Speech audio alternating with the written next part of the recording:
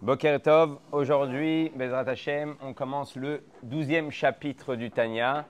On a parlé du tzaddik, on a parlé du rachat, on a essayé de se placer et on va voir exactement où on doit se placer. C'est le chapitre du Benoni, tout le sefer du Tanya, donc il est basé sur ça. On va reprendre le premier chapitre parce que de là a commencé toutes les questions sur le fameux Benoni. Juste avant de commencer, la dédicace, elle est pour la Refoua Shelema de Elia Zana Bezrat Hashem Bekarov Mamash. Dans le premier chapitre, je ne sais pas si vous vous rappelez, on avait parlé de Rava qui est venu dire Kegon Ana Benoni. Par exemple, moi, je suis Benoni.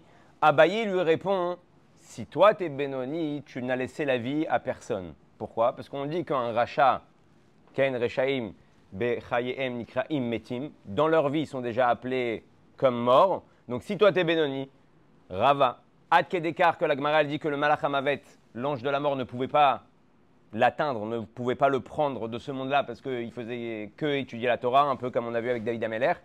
Donc, si toi, tu dis que tu es Benoni, alors nous, on est tous des Rechaim. Donc, on est tous comme morts. Donc, ça, c'était de là a commencé toute la question sur le Benoni.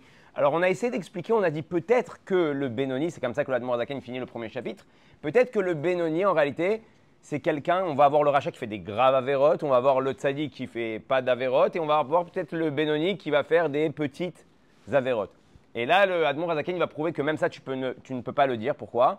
Parce que même une petite avéra, il nous a prouvé qu'à ce moment-là, tu es appelé, au moment où tu fais la avéra, tu es appelé rachat. Donc tu as deux possibilités dans ta vie. Soit tu es en pleine tchouva, tu t'appelles tzaddik, soit tu fais même une petite avéra. Adkedekar qu'il est venu, il a dit peut-être qui fait même pas d'avérote, peut-être qu'en réalité, il a juste vu quelqu'un faire une avéra, il n'a pas fait la mitzvah de Ocher Tocher et Amitecha.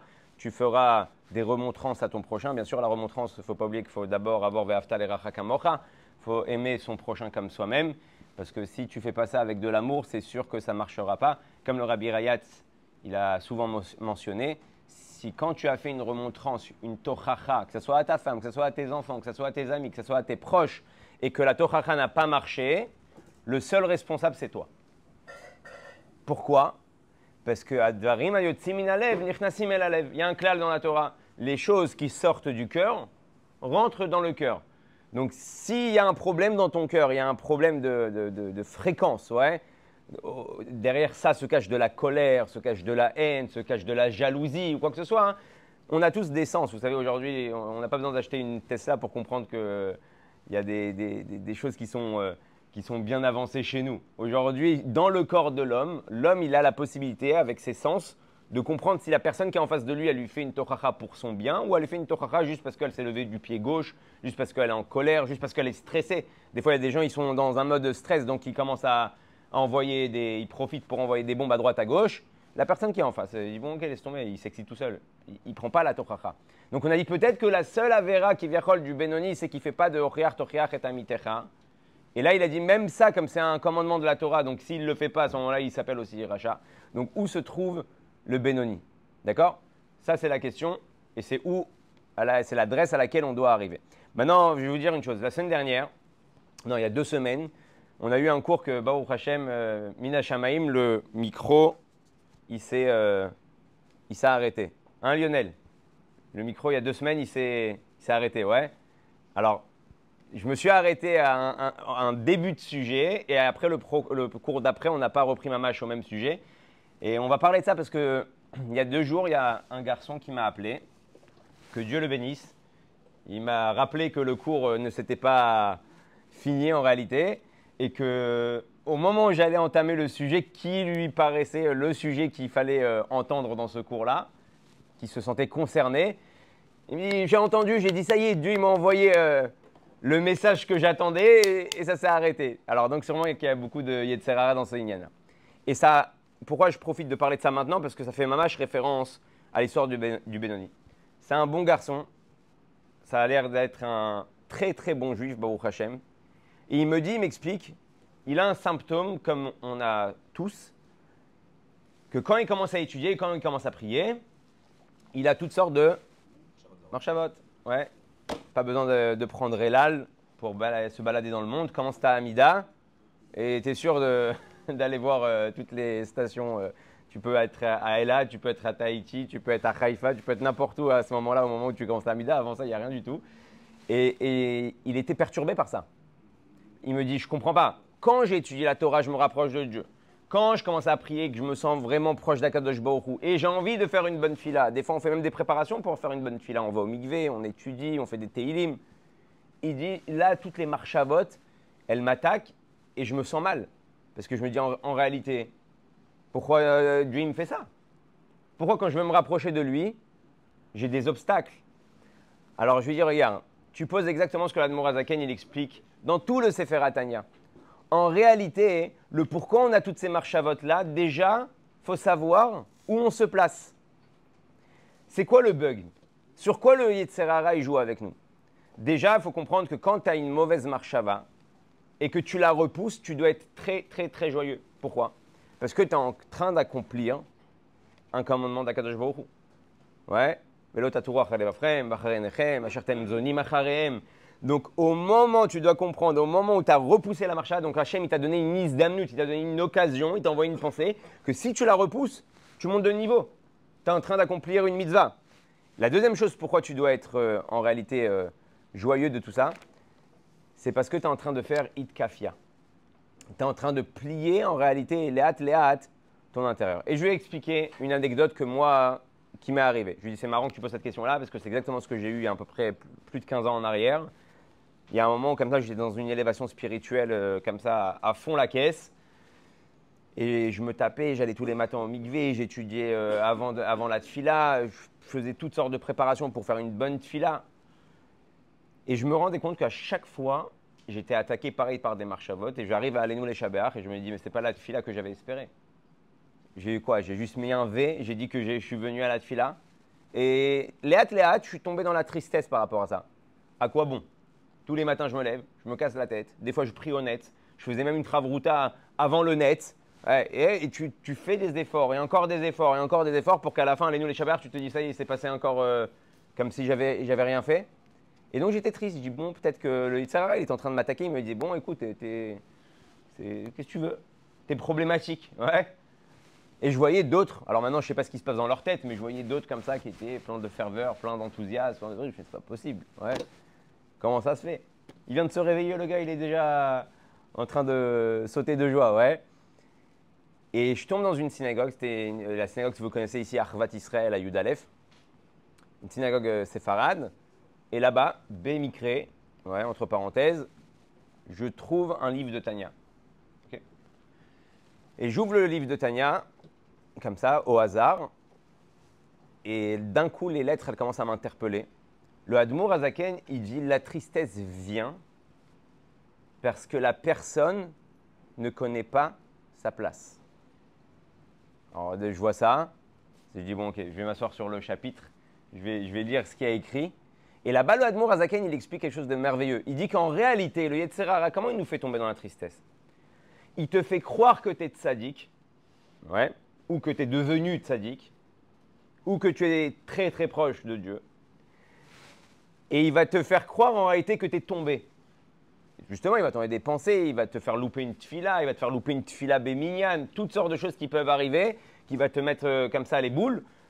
Il dit, à ce moment-là, pourquoi tu es devenu triste? Parce que tu penses que tu es tombé d'un escalier ou de 2 escaliers ou d'un étage. Et là, le Admour Hazaken, il dit quelque chose qui est choquant, il dit, non, c'est toi. Tu n'as pas bougé. Ce qui s'est passé avant, ce qui s'est passé après, ok, tu as eu des sentiments, des sensations qui se sont passées à l'intérieur de toi, mais c'est ce que tu es. Et qui tu es? Tu es un juif, un bon juif, avec un Yetzer Hara. Et comme on a expliqué, Dieu, il n'a pas créé le monde avec que des tzadikim qui, eux, comme on a vu dans le chapitre d'avant, n'ont pas de Yetzer Hara. Leur travail, c'est un autre travail, ce n'est pas notre catégorie à nous. Le travail qu'Hachem, il demande, le nachat, le plaisir que Hachem, il a, c'est quand il voit ses enfants qui combattent. Comme des combattants, comme dans l'armée. Quand il voit, il a créé plus de juifs qui ont un Yetzer Hara que de juifs qui n'ont pas de Yetzer Hara. Et ces juifs-là qui vont se battre, peut-être toute leur vie, comme l'Admour Hazaken, il dit, peut-être qu'ils n'arriveront jamais à battre complètement le Yetzer Hara. Jusqu'au dernier jour, pour ça qu'il a écrit Al Ta'amid Be'atzmecha Ad Yom Motar, ne crois pas en toi jusqu'au dernier jour, jusqu'au jour de ta mort, parce que même le dernier jour, flancher. On a bien vu Rabbi Yochanan Kohen Gadol. Rabbi Yochanan Kohen Gadol, qui était tzaddik, il est devenu tzdoki. Du jour au lendemain, bam, bam, bam, il a complètement tout mis à la porte. C'est Rabbi Yochanan Kohen Gadol. Donc, il vient et là, il te dit, Bichlal, là, on parle d'un tzaddik qui a eu la capacité, la possibilité de revenir en arrière. Donc, toi qui as été créé avec un Tserara, et peut-être que toute ta vie, ça va être ton combat. Le combat de ta vie. Ouais, on peut même faire un film. Ça va être le combat de ta vie. Tu ne dois pas être ému du fait que tu te bats contre les Tserara. Tu dois être content. Parce que c'est le pourquoi Dieu t'a créé. Et à chaque fois que tu gagnes, non seulement tu accomplis une mitzvah, mais en plus, tu fais du nachat à Hachem. Au moment où tu as repoussé la marshava, on parle de marshava, ça peut être n'importe quoi, tu as fait un grand nachat à Akadosh Baruch Hu. Alors, il m'a parlé par exemple au marshavot, et on va voir que le Benoni, aussi, il a des marshavot. Aussi, il a des irurim, yoter nachon. Et qu'est-ce qu'on avait expliqué par rapport aux irurim? Donc, le tzaddik, il n'a pas de mauvaise pensée. Le rachat, il a des mauvaises pensées. Le Benoni va avoir ce qui s'appelle des irurim. C'est quoi des irurim? Comme une boîte mail, ouais. Il va recevoir un mail, un spam, et là, il va avoir la possibilité. S'il ouvre le spam, là, il descend dans rachat. S'il laisse le spam fermé, ouais, il devient, à ce moment-là, Benoni. D'accord? Donc, en réalité, des irurim, des pensées qui sont un peu tordues ou des pensées qui sont un peu bizarroïdes, qui vont venir dans ta tête, c'est ta nature, c'est normal. C'est comme ça, Hachem, il t'a créé. Ah, est-ce que tu ouvres la lettre? Est-ce que tu ouvres le courrier? Est-ce que tu commences à lire la lettre? Ouais. Là, ça devient la marshava. Et là, ça devient un problème qui devient une avera. D'accord? Donc, ça, c'était aussi pour répondre par rapport où il y a deux cours, comme on n'avait pas fini ce sujet-là, et qui concerne le Benoni, puisqu'on va voir de quoi ça parle. Perek Yudbet va Benoni ou shelolam en arachebo gover kolkar.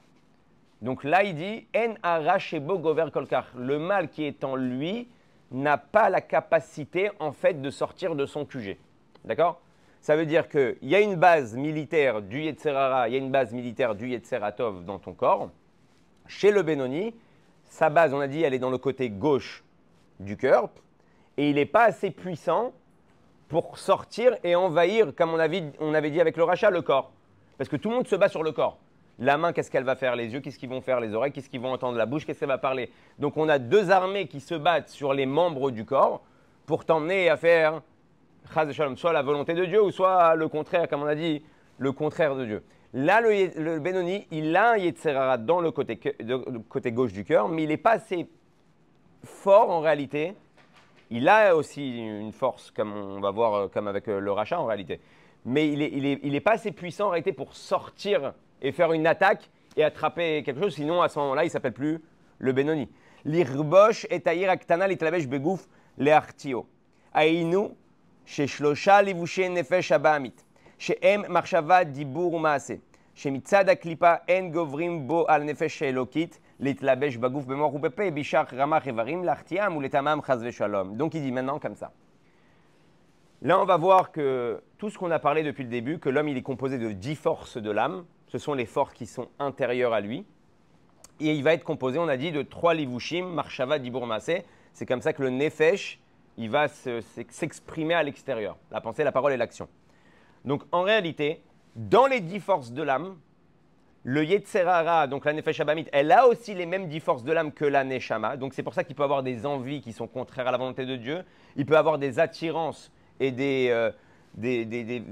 même des pulsions qui vont le pousser à aller vers Chaz Shalom, les kochot apnimim, mais les kochot achitzonim, qui sont extérieurs à toi, marcha dibur maaseh, ils sont complètement contrôlés par l'âme divine.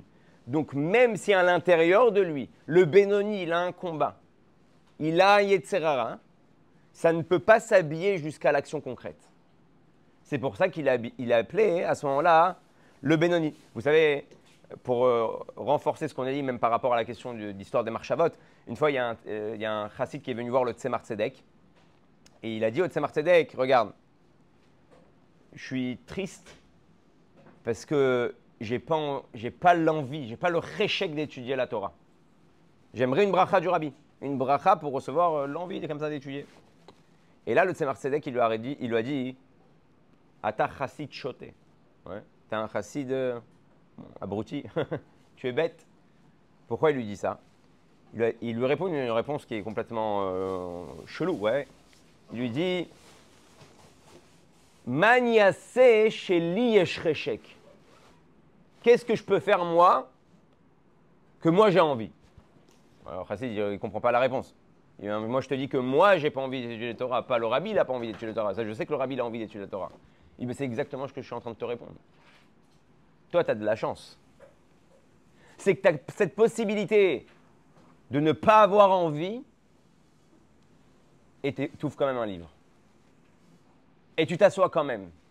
Et tu vas étudier, ça va être dur. Qu'est-ce que je peux faire, le Tzemar Tzedek, comme s'il se plaint de son niveau spirituel, que moi, j'ai pas celui de Sarah. Que moi, j'ai toujours envie.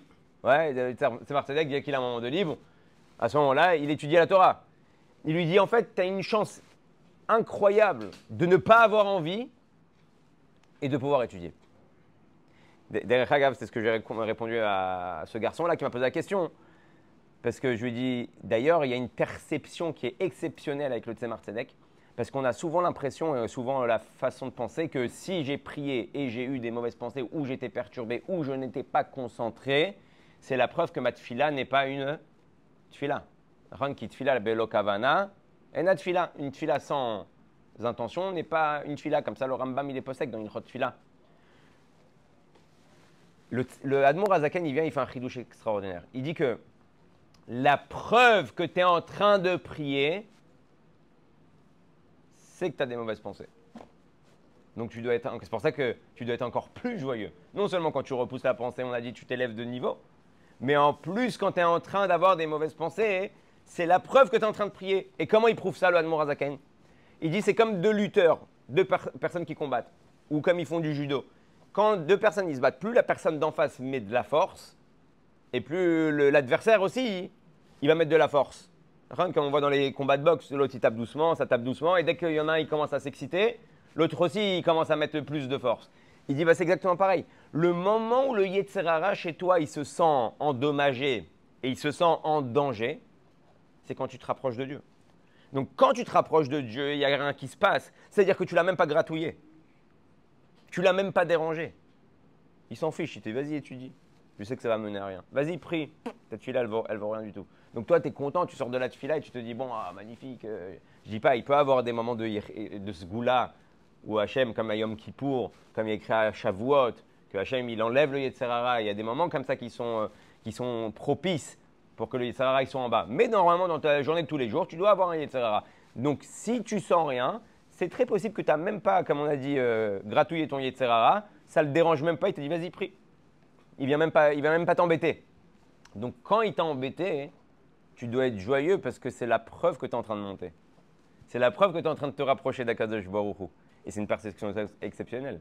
Parce que toi, quand tu es dans cette fila-là et tu as des mauvaises pensées, à ce moment-là, tu te dis, encore, je vais penser à ces choses-là. Il te dit non. Il te dit, là, tu te marres. Tu as commencé le combat. Et tu as la possibilité de gagner. Comme on va voir, la possibilité de gagner, elle est extraordinaire chez le Benoni.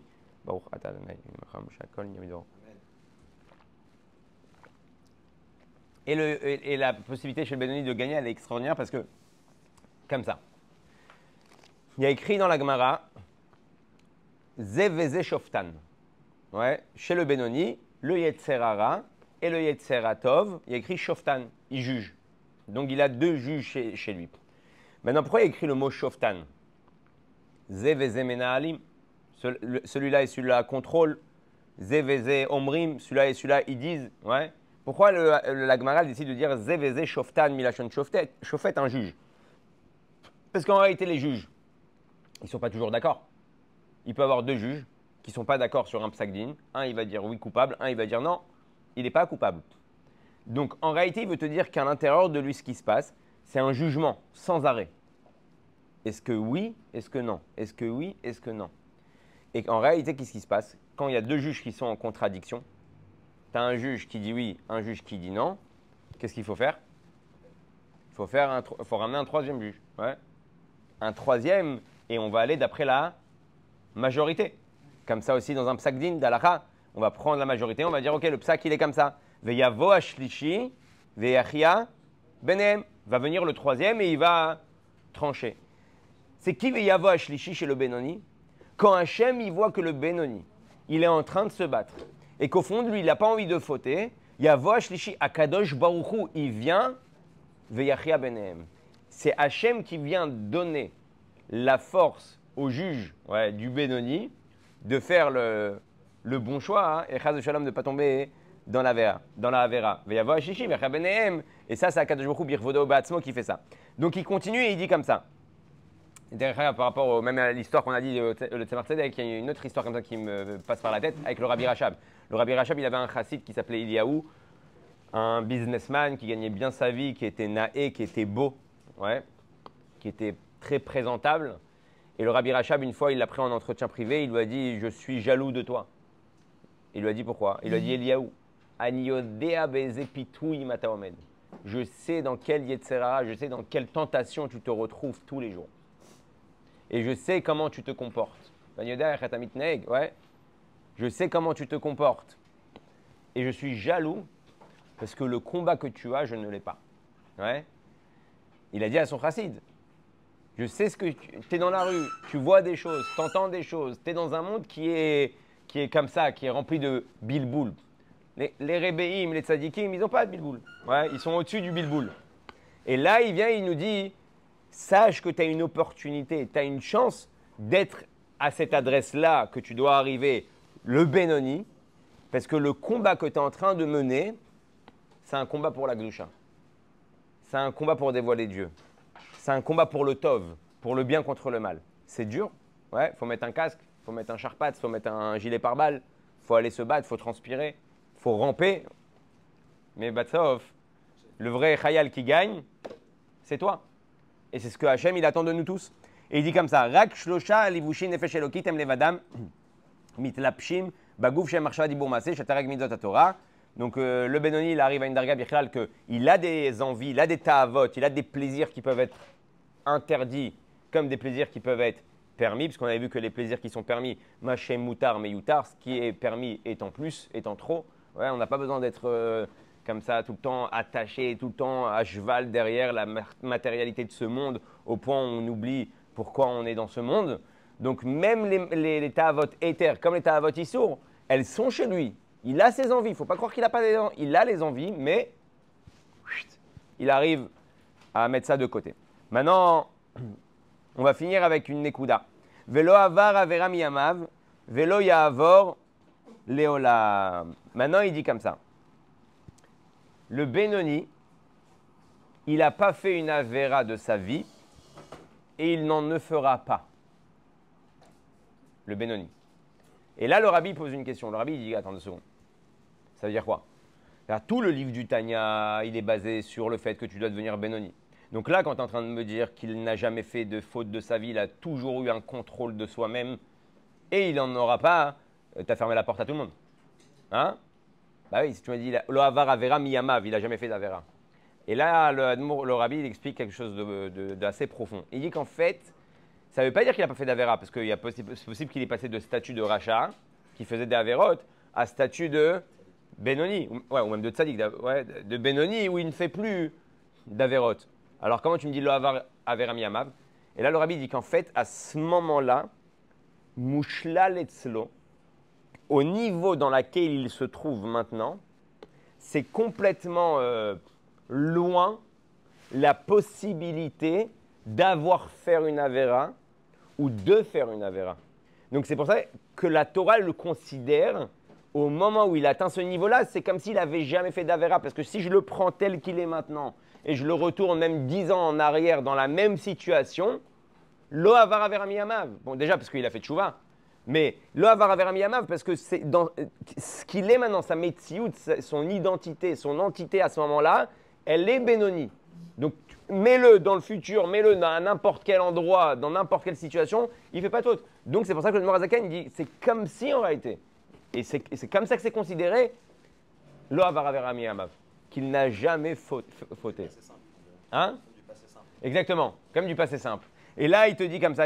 Donc c'est pour ça qu'on comprend pourquoi aussi dans le rachat, qu'on a dit que le rachat aussi, il fait tchouva. Donc, au moment où il fait tchouva, il est appelé tzadik. Alors, pourquoi on le considère toujours comme rachat? Étant donné que même s'il fait tchouva à ce moment-là, mais qu'il a encore dans sa ma'out, dans son entité rachat, étant donné qu'il a la possibilité, oui, de refauter, c'est pas mouchla letzlo, c'est pas enlevé de lui qui peut refauter ou c'est pas enlevé de lui qu'il a fauté. Donc c'est pour ça qu'il garde le statut malgré que, oui, aux yeux de Dieu, on l'appelle tzaddik, qu'on lui pardonne ses fautes, on lui efface ses fautes parce qu'il a fait tchouva. À ce moment-là, dans sa carte Teudat Zéhout, il faut voir ce qu'il y a écrit, rachat, Benoni ou tzaddik. C'est très important de savoir ça. Parce que quand tu sais ça, hein, alors tu ne tombes pas dans des dépressions. Tu sais c'est quoi ton niveau, tu sais où tu dois arriver. Normalement, Bezrat Hashem, avec le Tanya, tu es censé pouvoir. Je vais finir avec juste une histoire. Parce que je vois qu'il est, Baruch Hashem, le temps il est déjà passé très vite. Une fois, il y avait vous avez entendu parler de Rav Nissan Nemenov. Rav Nissan Nemenov, c'était le Rosh Yeshiva de Brunois. Et il avait l'habitude de temps en temps d'aller à Montréal. D'accord? Il allait dans une famille et là-bas, les enfants, ils racontent qu'ils se battaient pour savoir dans quelle chambre Rav Nissan il va dormir. Donc, ils ont fait ils faisaient un tour à chaque fois. À chaque fois qu'ils venaient, ils dormaient dans la chambre d'un enfant et un autre enfant et un autre enfant. Ils avaient comme ça un genre de sévève où Rav Nissan allait. Alors, le Rav Yosef, il raconte qu'une fois, Rav Nissan, il se retrouve dans sa chambre. Rav Nissan, que vous compreniez, c'est le chassid sur lequel le rabbi a dit qu'il a atteint le niveau de Benoni. À Yom Kippour, ouais. Il a atteint le niveau de Benoni. C'est-à-dire qu'à ce moment-là, chez lui, il n'y a pas de... Ouais, donc c'est pas Stam. Et là, l'enfant, il dit à Rav Nissan, dans notre génération, tout ce qu'on est en train d'apprendre là, dans notre génération, c'est possible d'être Benoni. Entre nous. Avec toutes les pensées. Avec tout ce qu'on entend. Que le Lashon Hara, la Rechilut, c'est devenu avec une vidéo, tu peux faire du Lashon Hara et qu'il y a 20 000 personnes qui l'ont entendu. Ouais. Comme tu peux faire le contraire, ouais, tu peux faire Zelo Matzela Sailokim, tu peux faire le Tov aussi, faire des jours de Torah. Mais aujourd'hui, dans notre génération, Tachles, Benenu, tout ce qu'on est en train de parler, que tu as un combat, mais tu bats tout le temps ton Yetzer Hara, comment on dit ça? J'ai oublié le mot. Ouais. Je sais plus. Ok, qui tourne, t'es un X-Men. T'es un super-héros. Il t'attaque, mais t'es toujours en train de gagner. Il lui dit, est-ce que c'est possible? Et là, le Rav Nissan, il lui a dit, regarde, est-ce que tu peux te retenir une minute, si je te demande une minute de faire une action? Alors il lui dit, oui, ben vadaï, une minute, mets-moi le creux, je fais rien. Il dit, est-ce que tu peux te retenir une minute de ne pas parler? Alors, il dit, bien sûr, ben vadaï. Et si je te demande de une minute de ne pas penser à des mauvaises choses? Ouais, pense à ce que tu veux, ouvre un livre, ouais, ouvre le... Hein? Impossible? Possible, une minute. Ouais, une minute. Ah, c'est... Hein? Le focus, la concentration est 5 secondes, pas plus. Non, le focus, d'être bien concentré, oui. Mais si je lis une histoire maintenant, je suis en train de lire une histoire, pendant une minute, je peux être dans l'histoire. Je peux me voir même dans le roman, même dans le truc. Donc, il y a une minute de pas... Alors, il lui a dit, bah oui, ouais, une minute, oui, c'est possible. Pas plus, hein. Une minute. Et là, le Rav Nissan, il lui a dit, bah la vie, c'est une minute, et encore une minute, et encore une minute, et encore une minute. Donc, il lui a dit, oui, c'est possible d'être Benoni. Quand tu comprends que la vie, c'est une minute, plus une minute, plus une minute. Si je te dis, sois Benoni, il te reste Bezrat Hashem 120 ans à vivre, et pendant 120 ans, tu dois faire aucune faute, tu dis, ah, c'est impossible. Mais si tu comprends que la vie, c'est une minute, plus une minute, plus une minute, alors tu as à chaque fois la capacité de dire, allez, encore une minute. Allez, encore une minute, ouais, comme dans le sport. Et il lui dit donc, c'est pour ça que tu peux être en réalité Benoni. Donc ça, c'était pour aujourd'hui. Juste à savoir que le Benoni, là on parle des choses qui viennent négatifs, mais le Benoni, que ce soit dans le Sourmera ou dans le Hasetov, que ce soit dans le mal, se battre contre son Yetzera, ou dans le Hasetov, de faire plus de Tov, il est toujours en train de gagner. Parce qu'il ne faut pas oublier qu'on a le Hasetov. Un Benoni aussi, il ne fait pas seulement cette fila telle qu'il cherche toujours à faire mieux et plus.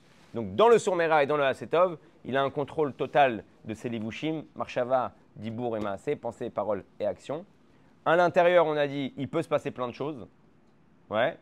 Mais tant qu'il a le contrôle des livushim, il est considéré comme Benoni. Et ça, le Admour Hazaken, ouais, c'est faire à Benonim. il nous dit que c'est le Dargat Koladam, c'est le niveau que chaque personne peut atteindre et doit atteindre. Donc, Bezrat Hashem, on n'est qu'au 12e chapitre, on a encore du boulot, mais on peut y arriver. Hein. Razak, Razak,